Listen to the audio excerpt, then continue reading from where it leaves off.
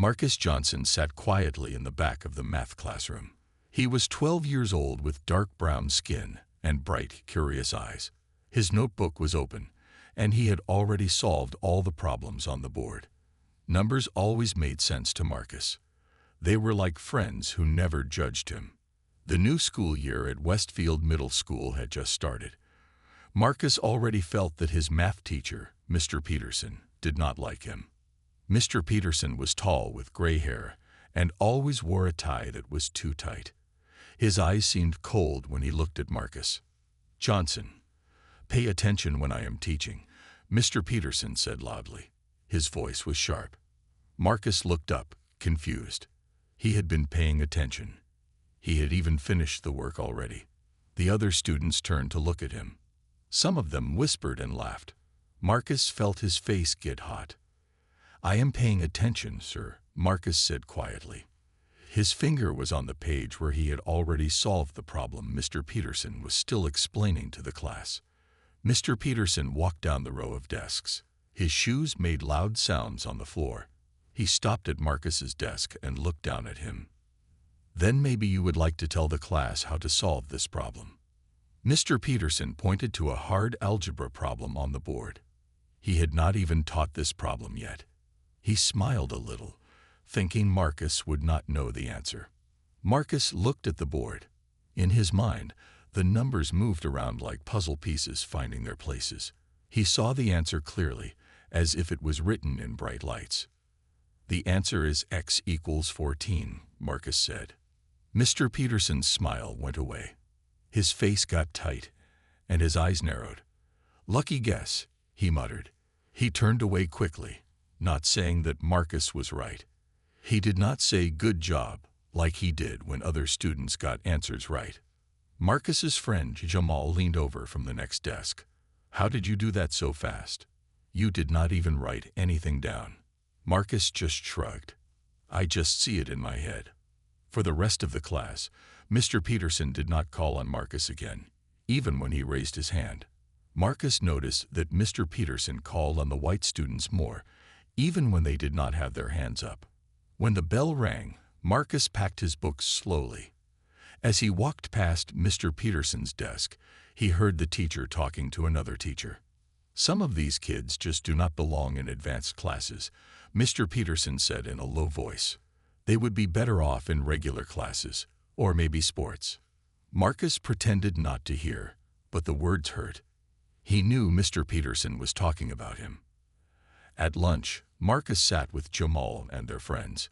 He did not eat much of his sandwich. "What is wrong?" Jamal asked. "You look sad." Marcus sighed. "Mr. Peterson does not like me. I do not know why." "It is because you make him look bad," said Tasha, another friend. "You know the answers before he finishes teaching. And also," she stopped talking and looked down at her food. "And also what?"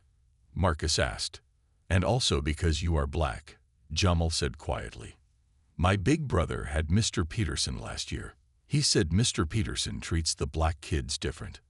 Marcus had thought about this too, but hearing it out loud made his stomach hurt. He wanted to be treated the same as everyone else. He wanted Mr. Peterson to see how much he loved math. After school, Marcus walked home slowly. The fall leaves crunched under his feet. He thought about what to do. Should he tell his mom? Should he talk to the principal? Or should he just try to make Mr. Peterson like him? At home, his mother was making dinner.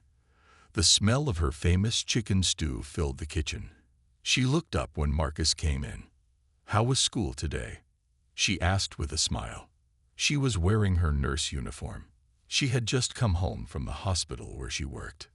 "It was okay," Marcus said. He did not want to worry her. She worked so hard already. "Just okay." She put down her spoon and looked at him closely. "What is going on?" Marcus put his backpack down and sat at the kitchen table. Maybe he should tell her the truth. She always said that hiding problems never fixed them. "Mom, I think my math teacher does not like me," Marcus said. "He never calls on me. When I get the right answer, he does not say I did a good job. And today I heard him say some kids do not belong in advanced classes. His mother's face got serious. She sat down next to him and took his hand. "Some people will judge you before they know you," she said. "They look at your skin and think they know who you are and what you can do. But you have a gift, Marcus. You are so smart with numbers. Do not let anyone make you hide your light." Marcus nodded.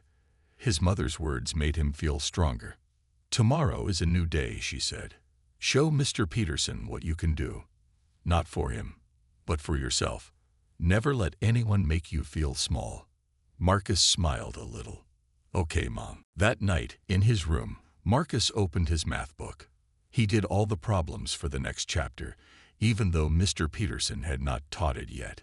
He would be ready. He would not hide his light. The next day, Marcus walked into math class with his head held high. He remembered his mother's words. He would not hide his light. Mr. Peterson stood at the front of the room. His face looked stern as always. "Today we have a surprise quiz," he announced. The class groaned. No one had expected a quiz so early in the year. Marcus saw worried faces all around him. "This will show me what you know," Mr. Peterson said. His eyes landed on Marcus for a moment. "And what you do not know." The quiz papers were passed out. Marcus looked at the problems. They were harder than what Mr. Peterson had taught so far. But thanks to his extra work last night, Marcus knew how to solve them all. His pencil moved quickly across the paper. The numbers lined up in his mind like stars forming a clear path. While other students frowned and erased their work, Marcus moved from one problem to the next with ease. After just 15 minutes, Marcus had finished the whole quiz. He checked his work twice to make sure everything was right. Then he stood up to turn in his paper. Mr. Peterson looked surprised. "Finished already?" "Remember, Johnson, it is better to be right than to be fast." "I checked all my answers, sir," Marcus said politely. Mr. Peterson took the paper with 2 fingers, as if he did not want to touch it too much. He placed it at the bottom of the stack without looking at it. Marcus went back to his seat. Some students stared at him. A few looked angry that he had finished so quickly. Others looked impressed. When the bell rang at the end of class, Mr. Peterson called out, "Johnson, stay behind, please." Marcus waited at his desk while the other students left. His heart beat fast. Had he done something wrong? Mr. Peterson walked over, with Marcus's quiz in his hand. "You got a perfect score," he said. He did not sound happy about it. "Thank you, sir," Marcus said, trying to smile. "How did you know how to solve these problems?" "Some of them are from chapters we have not covered yet." Mr. Peterson's eyes were narrow and suspicious. "I read ahead in the book, sir. I like math." Mr. Peterson frowned. "Did someone help you with this quiz? Perhaps an older student?" Marcus felt his face get hot. "No, sir. I did it myself." Mr. Peterson still looked like he did not believe Marcus. "You can go now." As Marcus walked to his next class, he felt both proud and sad. Proud because he had done well on the quiz. Sad because Mr. Peterson still did not see his true ability. At lunch, Jummel sat down next to Marcus. "How did you do on the surprise quiz?" "I got all the answers right," Marcus said. "Wow, that is amazing." Jamal high-fived him. Mr. Peterson must be impressed now. Marcus shook his head. "He thinks I cheated." Their friend Tasha joined them. Mr. Peterson put a note on the board. "He is picking students for the math team today." The math team. Marcus sat up straight. "What do they do?" "They go to competitions against other schools," Tasha explained. "My sister was on it last year. She said it is super fun. And they get special math team jackets." Marcus felt excited. This was his chance to show what he could really do. On a math team, his skills would be valued. Maybe Mr. Peterson would finally see that he belonged in advanced math. After school, Marcus hurried to room 103 where the math team selections were happening. About 20 students were already there. Mr. Peterson stood at the front with a clipboard. "Welcome, potential math team members," Mr. Peterson said. We will select only 8 students for the team this year. He began calling names from his list. Sarah Adams, please solve this equation on the board. Sarah walked up and worked on the problem. She got it right, and Mr. Peterson put a check mark by her name. One by one, students were called up. Some solved their problems correctly and got check marks. Others made mistakes and returned to their seats looking disappointed. Marcus waited for his name to be called. The list grew shorter. 5 students had been selected already, then 6, then 7. Finally, only 1 spot remained. There were still 3 students who had not been called. Marcus, a boy named Dylan, and a girl named Alicia. Dylan Thomas, Mr. Peterson called. Dylan went to the board and worked on his problem. He made a small mistake in the middle and got the wrong answer. Try again next year, Dylan, Mr. Peterson said. Alicia Rivera, your turn. Alicia went to the board. Her hands shook as she wrote. She got stuck halfway through and could not finish. Now only Marcus was left. The last spot on the team was still open. Surely Mr. Peterson would have to call him now. The classroom was silent. Everyone stared at Mr. Peterson, then at Marcus, then back at Mr. Peterson. Even the students who had made the team looked confused. Sarah, who had been the first student picked for the team, raised her hand. Mr. Peterson, there are only 7 of us. You said there would be 8 spots. Mr. Peterson's face turned slightly red. I must have miscounted. 7 is enough this year. Marcus felt like his heart had dropped to his stomach. He had been so sure this was his chance to prove himself.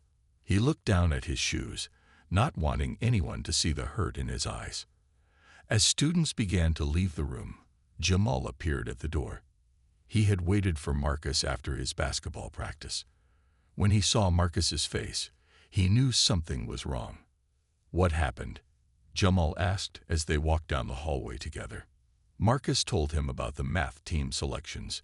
He picked 7 students when he said he would pick 8. He skipped me on purpose. That is not fair.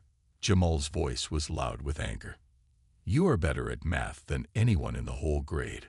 Just then, they heard quick footsteps behind them. It was Sarah and 2 other students from the new math team. Marcus, wait, Sarah called. What Mr. Peterson did was wrong. We all know you should be on the team. One of the boys nodded. Last year, there were 8 students on the team. Always 8. We want to help, said the 3rd student, a tall girl named Lila. You deserve to be on the team more than any of us. Marcus was surprised. He did not know these students well. They were not in his group of friends. But here they were, standing up for him. What can we do? Marcus asked. Mr. Peterson has made up his mind. Sarah thought for a moment. The principal, Dr. Williams. She is fair. We could talk to her. Marcus shook his head. I do not want to cause trouble. It is not causing trouble to ask for fairness, Lila said firmly. The group talked for a few more minutes. Finally, they agreed to meet at lunch the next day to make a plan. That evening at home, Marcus sat at the dinner table pushing his food around with his fork. His mother noticed right away. What is bothering you, Marcus? She asked gently. Marcus told her everything about the math team and how Mr. Peterson had skipped him even though there was still 1 spot left. His mother listened carefully. When Marcus finished, she was quiet for a long time. Then she put down her fork and looked directly at him. Marcus, sometimes in life, we have to fight for what is right, not with fists, but with truth and dignity. She reached across the table and took his hand. You have worked hard. You have a special gift for math. No one should take that away from you or make you feel less than you are. Marcus nodded slowly. Some kids want to talk to the principal about it. And what do you think about that idea? I am scared, Marcus admitted. What if it makes things worse? What if Mr. Peterson gets even more angry with me? His mother smiled sadly. Being brave does not mean you are not scared. It means you do what is right even when you are scared. Marcus thought about this. I will meet with the other kids tomorrow. We will make a plan." The next day at lunch, Marcus met with Sarah, Lila, and several other students. Even some kids who had not tried out for the math team came to support him. "We checked the school rules," Sarah said. "Math team has to have 8 members. It is written in the school handbook." "And we found something else," Jamal added. He pulled out his phone and showed everyone a photo of last year's math team. "Every year there are 4 boys and 4 girls. Mr. Peterson only picked 3 boys this year. We think he did that on purpose so he would have an excuse not to pick you," Lila explained. Marcus was amazed that his classmates had done so much research. They'd really wanted to help him. "So what should we do?" asked Marcus. "We go to Dr. Williams together," Sarah said. "All of us. She needs to know what happened.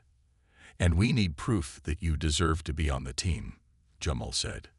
"Can you bring your math tests? And that quiz you aced?" Marcus nodded. "I have them all at home. I can bring them tomorrow." Just then, the lunch bell rang. As the students got up to go to their next classes, Marcus felt something he had not felt in days: hope. That afternoon in math class, Mr. Peterson was especially harsh with Marcus. When Marcus raised his hand to answer a question, Mr. Peterson ignored him. When Marcus turned in his homework, Mr. Peterson barely looked at it. But now, Marcus was not alone. He noticed Sarah and Lila watching. He saw other students frowning when Mr. Peterson treated him unfairly. For the first time, he felt like he had allies. After class, Marcus overheard Mr. Peterson talking to another teacher in the hallway. "The math competition is in 3 weeks, Mr. Peterson was saying. "I think we have a good chance to win this year. The team is strong." The next morning, Marcus arrived at school early. He carried a folder with all his math tests and quizzes. Each paper showed perfect scores, with red 100s marked at the top. He met Jamal, Sarah, and Lila by the school library. "Are you ready?" Sarah asked. Marcus took a deep breath. "Yes, let us go see Dr. Williams." They walked together to the principal's office. Marcus's heart beat fast in his chest. He had never been to the principal's office before. Good students did not get sent there. The school secretary looked up as they entered. "Can I help you?" "We need to speak with Dr. Williams," Lila said.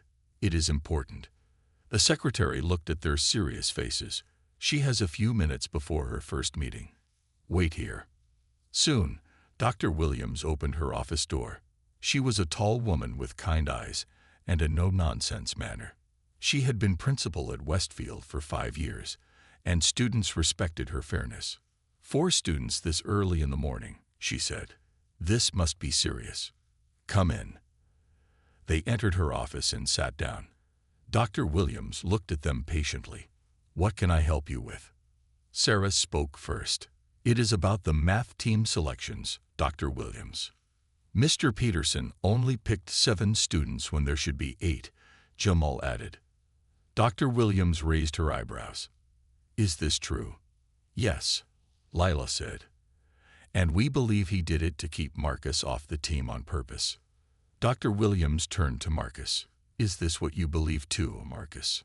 Marcus nodded slowly. "Mr. Peterson does not treat me the same as other students.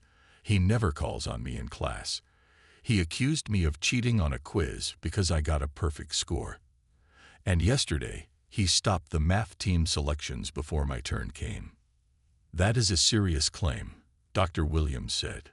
"Do you have any evidence?" Marcus handed her his folder. "These are all my math assignments and tests. I have earned perfect scores on everything." Dr. Williams looked through the papers. Her eyes widened at the consistent 100s. She turned to a recent quiz that had complex problems well beyond 6th grade level. Marcus had solved them all correctly. "These are impressive," she said. "But Mr. Peterson might say that the math team needs more than just good test scores." "We brought the school handbook," Sarah said, pulling it from her backpack. She opened to a page marked with a sticky note. "It says here that the math team must have 8 members, 4 boys and 4 girls if possible. Mr. Peterson only picked 3 boys. Dr. Williams read the page carefully. "You have done your research," she said with a small smile. "What exactly are you asking for?" "A fair chance," Marcus said quietly. "I just want a fair chance to try out for the team, like everyone else got." Dr. Williams was silent for a moment. Then she nodded. "I will speak with Mr. Peterson today. I cannot promise anything, but I will look into this matter carefully." "Thank you," they all said as they stood to leave. "And Marcus," Dr. Williams added, "may I keep this folder for now? I would like to review your work more thoroughly." "Yes, you can keep it," Marcus said. As they left the office, Jamal gave Marcus a high five. "You did it. You stood up for yourself." "We all did," Marcus said, smiling at his friends. In math class that day, Mr. Peterson seemed nervous. He dropped his chalk twice and lost his place in the lesson. When the principal's office called for him halfway through class, his face turned pale. "Continue working on these problems," he told the class sharply. "I will return shortly." As soon as he left, the room filled with whispers. "Do you think Dr. Williams is talking to him about the math team?" Jamal asked. "Definitely," Sarah said. "Look how worried he looked." 20 minutes passed before Mr. Peterson returned. His face was tight with anger, but also something else. Fear, maybe. He did not look at Marcus for the rest of the class. When the final bell rang, Mr. Peterson cleared his throat. "There will be an additional math team tryout tomorrow after school," he announced, "for the 8th spot on the team." The class erupted in whispers again. Marcus sat very still, hardly daring to believe what he had heard. "Certain students," Mr. Peterson continued, looking directly at Marcus for the first time, "have complained to Dr. Williams about the selection process. So we will hold one more tryout. Anyone who wishes to compete for the final spot should be in this room at 3:30 tomorrow." After most students had left, Mr. Peterson walked to Marcus's desk. "I hope you are happy," he said in a low voice. "You have caused quite a stir." Marcus looked up at him calmly. "I just want a fair chance, sir." "Well, you will get your chance tomorrow," Mr. Peterson said. "But the problem will be much harder than what the others faced. Much harder." The next day moved slowly for Marcus. In each class, he watched the clock and counted the minutes. By lunchtime, his stomach felt tight with worry. "Are you ready for the tryout?"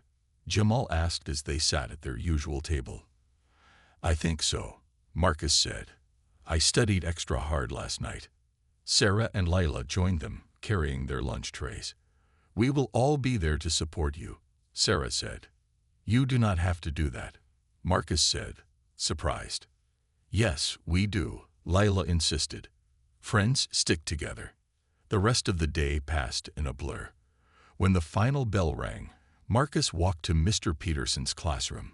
He was shocked to see the room already half full. Many students had come to watch the special tryout. In the front row sat Dr. Williams. She smiled at Marcus as he entered. "Good luck, Marcus," she said. Mr. Peterson stood at the board, his face stern. "Since there seems to be so much interest in this tryout, we will make it a public event. Johnson, please come to the board." Marcus walked to the front of the room. His legs felt shaky, but he kept his head high. Mr. Peterson handed him a piece of paper. "This is your tryout problem. You have 15 minutes to solve it." Marcus looked at the paper, and his eyes widened. The problem was not from their middle school math book. It looked like a high school level problem, maybe even college level. It involved calculus concepts that they had never studied in class. Whispers spread through the room as students caught glimpses of the complicated equation. Even Dr. Williams frowned. "Is there a problem, Johnson?" Mr. Peterson asked with a small smile. "Too difficult." Marcus stared at the problem. For a moment, panic rose in his chest. Then he took a deep breath. He looked at the numbers and symbols again. They began to make sense in his mind, like pieces of a puzzle finding their places. "No, sir," Marcus replied calmly. "I can solve it. He picked up a piece of chalk and began to write on the board. The room grew quiet as everyone watched. Marcus worked steadily, step by step, his hand moving confidently across the board. Mr. Peterson's smile faded as he watched Marcus work. He had expected the boy to give up or make mistakes, but Marcus kept going, filling the board with neat calculations. After 10 minutes, Marcus put down the chalk and stepped back. "The answer is x equals 42, he said. Mr. Peterson stared at the board in disbelief. He quickly checked Marcus's work, looking for any errors. There were none. The solution was perfect. "That is not possible," Mr. Peterson muttered. "This is a college-level problem." Dr. Williams stood up. "May I see the problem, Mr. Peterson?" Mr. Peterson handed her the paper, his hand slightly shaking. Dr. Williams looked at it, then at the board, then at Marcus. "Where did you learn calculus, Marcus?" "From books at the library," Marcus answered honestly. "I like to read ahead." Dr. Williams turned to Mr. Peterson. "This problem is clearly beyond the 6th grade curriculum, yet Marcus has solved it correctly." Her voice was calm but firm.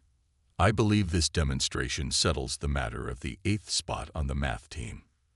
The room erupted in cheers and applause. Students rushed forward to congratulate Marcus.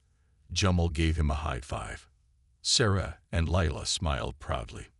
Mr. Peterson stood frozen, his face red with anger and embarrassment. "This does not prove anything," he said weakly. "It proves everything," Dr. Williams replied. "Marcus has earned his place on the team." As the excitement died down, Dr. Williams asked everyone except Mr. Peterson and Marcus to leave the room. When they were alone, she spoke directly to Mr. Peterson. "We need to discuss your teaching methods," she said firmly, "and your treatment of certain students." Mr. Peterson looked down at his shoes. "Marcus," Dr. Williams continued, "you have shown exceptional talent and courage. The math team will be lucky to have you." "Thank you," Marcus said. "You may go now," Dr. Williams told him. "Mr. Peterson and I have much to discuss." As Marcus left the classroom, he felt like a heavy weight had been lifted from his shoulders. Outside, his friends were waiting. "You did it," Jamal cheered. "I knew you could," Sarah added. "What did Dr. Williams say?" Lila asked.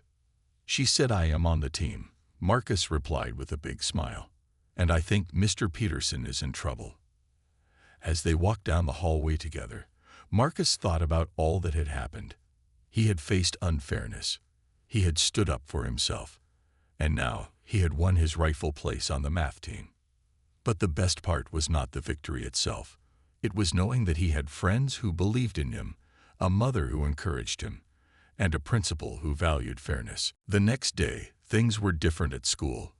When Marcus walked into math class, Mr. Peterson was not there. Instead, a woman with short gray hair and glasses stood at the front of the room. "Good morning, class," she said. "I am Mrs. Chen. I will be your math teacher for the next 2 weeks while Mr. Peterson is on leave." The students looked at each other with wide eyes. No one had expected this. "Did you hear what happened?" Jamal whispered to Marcus when they sat down. Marcus shook his head. "No." "What?" "Dr. Williams put Mr. Peterson on leave. My mom works in the office, and she heard them talking. Dr. Williams was really angry about that college problem he gave you." Marcus felt strange. He was glad Mr. Peterson was not there, but he had not wanted to get the teacher in serious trouble. Mrs. Chen was different from Mr. Peterson in every way. She smiled a lot. She called on everyone equally, and she noticed right away how advanced Marcus was in math. After class, she asked him to stay behind. "Marcus, I looked at your work from this year. You are far beyond 6th grade math."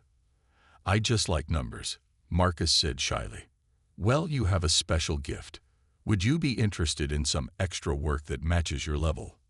"Yes, please," Marcus said, his eyes lighting up. For the next 2 weeks, school was actually fun.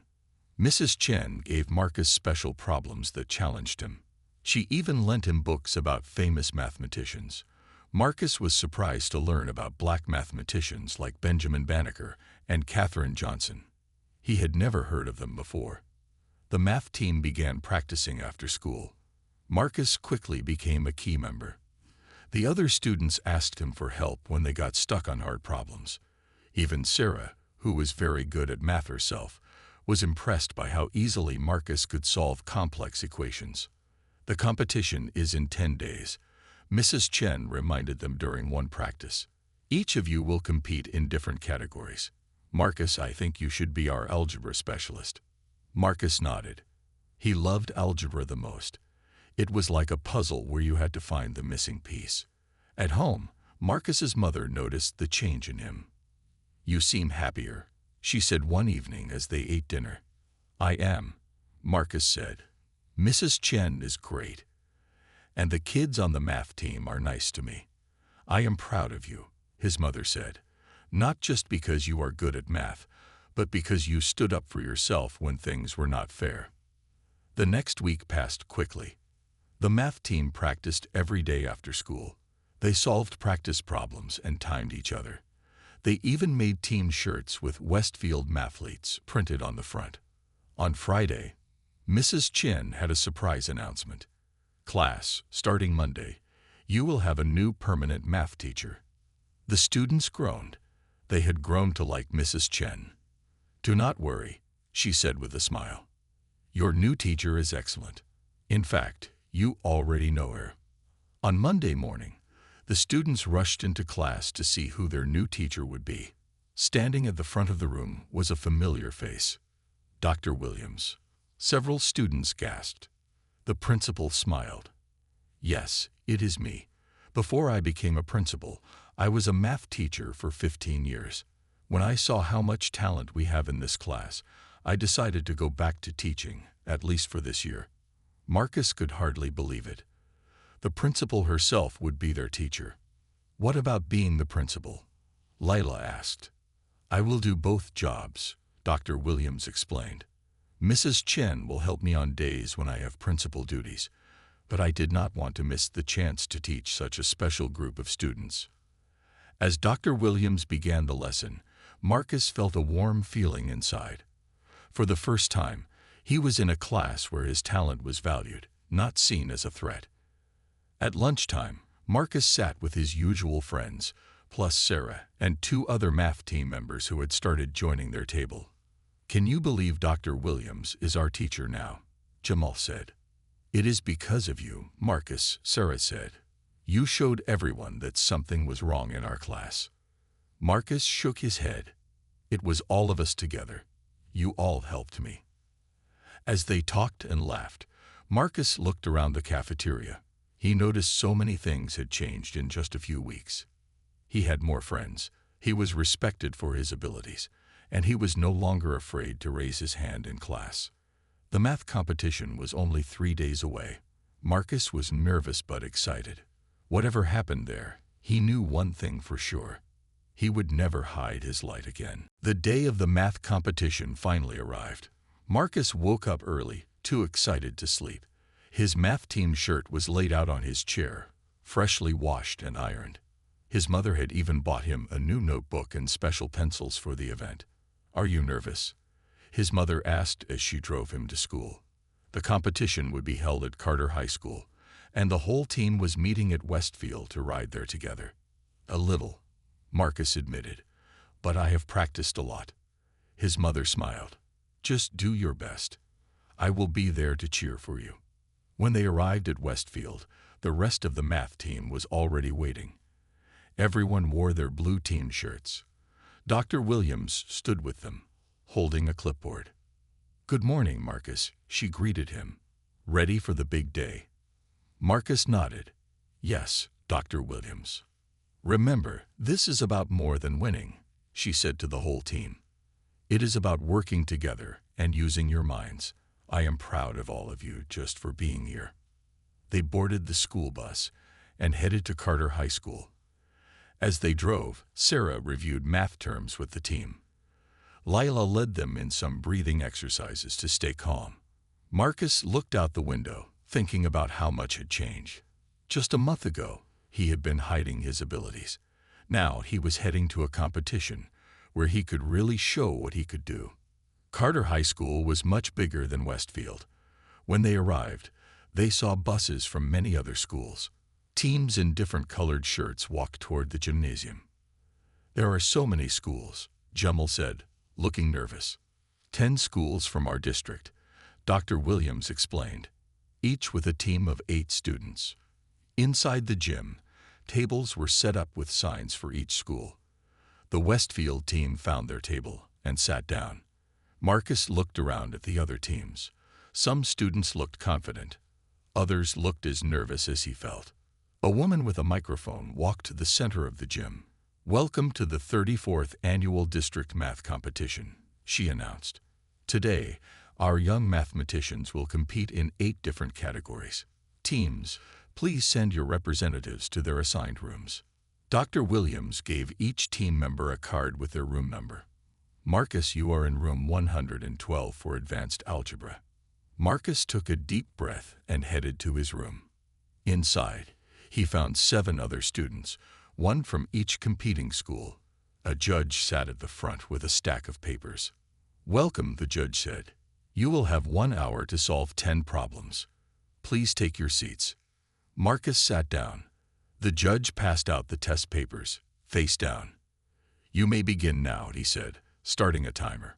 Marcus turned over his paper. The first problem was easy, something he could solve in his sleep. The second was a bit harder. By the 5th problem, he was having to think carefully. The last 2 problems were very challenging, college level like the one Mr. Peterson had given him. But Marcus stayed calm.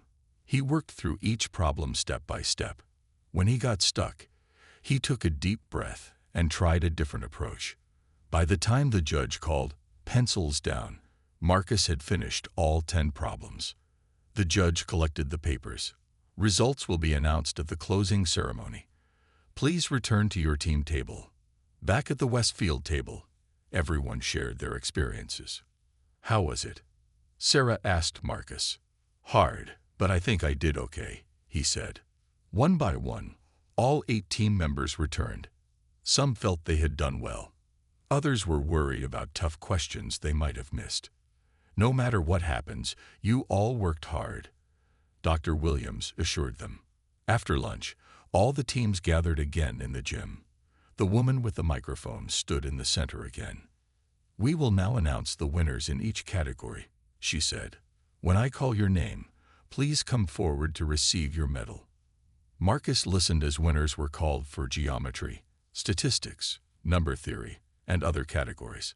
Sarah won 3rd place in probability. Lila won 2nd place in geometry. "And now for advanced algebra," the announcer said. In 3rd place from Lincoln Middle School, David Chen. The Lincoln team cheered as David went to get his medal. In 2nd place from Washington Middle School, Emma Rodriguez. Marcus's heart beat very fast. Only 1st place was left. And in 1st place, with a perfect score, the announcer paused, building the suspense. From Westfield Middle School, Marcus Johnson. The Westfield team erupted in cheers. Dr. Williams clapped loudly. Marcus's mother, watching from the stands, stood up and cheered. Marcus walked to the center of the gym, his legs shaking slightly. The announcer placed a gold medal around his neck. People were clapping all around him. As he looked at the shining medal in his hand, he knew this was just the beginning of what he could achieve. After all the individual awards were given out, the announcer moved to the center of the gym again. "Now for the team awards," she said into the microphone. "The overall champion is determined by the combined scores of all 8 team members." The gym grew quiet. Everyone wanted to know which school would be named the best. In 3rd place, Lincoln Middle School, the announcer said. The Lincoln team jumped up, looking happy with their bronze trophy. In 2nd place, with just 2 points behind our winner, Washington Middle School. The Washington team looked disappointed to miss 1st place by so little, but they clapped politely as they received their silver trophy. And our champion, with the highest team score in competition history, Westfield Middle School. The Westfield team could not believe it. They had won. They rushed forward together to accept the large gold trophy. Dr. Williams had tears in her eyes as she held the trophy high for everyone to see. "We did it," Jamal shouted, giving Marcus a high five. "As a team," Marcus added, smiling at all his teammates. He knew his perfect score had helped, but everyone had contributed to this victory. After the ceremony, a man in a suit approached Dr. Williams and Marcus. "Hello, I am Dr. Reed from the State University," he said. "That was impressive work in the advanced algebra section, young man." "Thank you," Marcus said. "We have a special summer program for gifted math students," Dr. Reed explained. "Students like you work with university professors on real research projects. Would you be interested?" Marcus's eyes widened. "Yes, sir. Very interested." "Excellent. I will send the details to your school." Dr. Reed handed Marcus a business card. "We need more minds like yours in mathematics." On the bus ride back to Westfield, everyone was talking excitedly about their victory. The trophy sat at the front of the bus, catching the light from the windows. "There will be a special announcement about our win on Monday," Dr. Williams told them. "The whole school will celebrate your achievement." When they arrived back at Westfield, parents were waiting to pick up their children. Marcus saw his mother standing by her car, looking proud. He ran to show her his medal. "First place," she said, hugging him tightly. "I knew you could do it. And we won the team trophy too," Marcus added. "And a professor wants me to join a summer program at the university." His mother's eyes filled with tears of joy.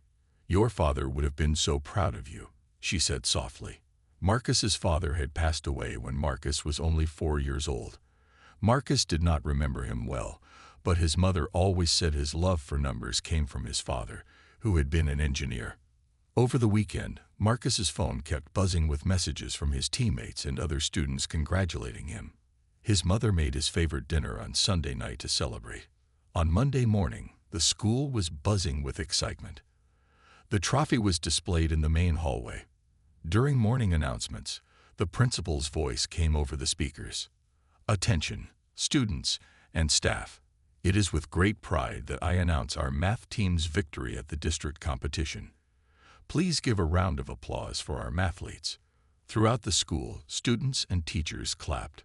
Marcus felt his face grow warm with happiness. And a special recognition to Marcus Johnson, who achieved a perfect score in advanced algebra and helped lead our team to victory. As Marcus walked through the halls that day, students he had never spoken to before congratulated him. Teachers smiled at him. Even older students from 7th and 8th grade knew his name now. In math class, Dr. Williams had another surprise. "The school newspaper wants to interview the math team," she said. "And Marcus, the reporter is especially interested in your story." After class, a girl named Zoe from the school newspaper approached Marcus. She had a notebook and a serious expression. "I want to write about how you went from being excluded from the team to winning the whole competition," she said. "Is it true that Mr. Peterson tried to keep you off the team?" Marcus thought carefully before answering. He did not want to say bad things about Mr. Peterson, even though the teacher had treated him unfairly. "There were some challenges," he said finally, "but what matters is that I got a fair chance in the end, and our team worked together to win." "That is very generous of you," Zoe said, writing in her notebook. "One more question. What would you say to other kids who feel like their talents are not being recognized?" Marcus thought about all he had learned over the past month. "I would tell them to never hide their light," he said. "And to remember that sometimes you have to stand up for yourself, but you do not have to do it alone. Find people who believe in you." 1 month after the math competition, Marcus sat in the school auditorium with his mother. It was the end-of-year award ceremony. Students from all grades were being recognized for their achievements. Principal Harris, who handled the school while Dr. Williams taught math, stood at the podium. "Next, we have a special award. The Westfield Medal of Excellence is given to a student who shows extraordinary talent and character. This year, we are proud to present it to Marcus Johnson. The audience applauded as Marcus walked to the stage. His mother wiped tears from her eyes. Just months ago, Marcus had been hiding his abilities, afraid to shine too brightly. Now he was being celebrated by the entire school. Principal Harris placed a medal around his neck. Marcus not only led our math team to victory with a perfect score, but he also showed tremendous courage and dignity when faced with obstacles. Marcus accepted the medal with a shy smile. As he looked out at the crowd, he saw many familiar faces. His teammates were cheering loudly. Jamal gave him a thumbs up. Even students he did not know well were clapping for him. After the ceremony, many people came to congratulate Marcus and his mother. Teachers, parents, and students all wanted to shake his hand. As the crowd thinned, Marcus saw someone unexpected standing by the door. It was Mr. Peterson. The former math teacher looked uncomfortable, shifting from one foot to the other. Marcus hesitated, then walked over to him. His mother followed close behind, her face serious. "Hello, Mr. Peterson," Marcus said politely. "Hello, Johnson. I mean Marcus." Mr. Peterson looked down at his shoes, then back at Marcus. "I came to say something." Marcus waited. His mother put a protective hand on his shoulder. "I was wrong about you," Mr. Peterson said finally. "I made judgments that were unfair, and I am sorry." Marcus was surprised. He had not expected an apology from Mr. Peterson. "Thank you for saying that," he replied. "I have been taking some training," Mr. Peterson continued, "about bias in education. It has been eye-opening." He looked at Marcus's mother. "I apologize to you too, Mrs. Johnson. Your son deserved better from me." "Yes, he did," she said firmly.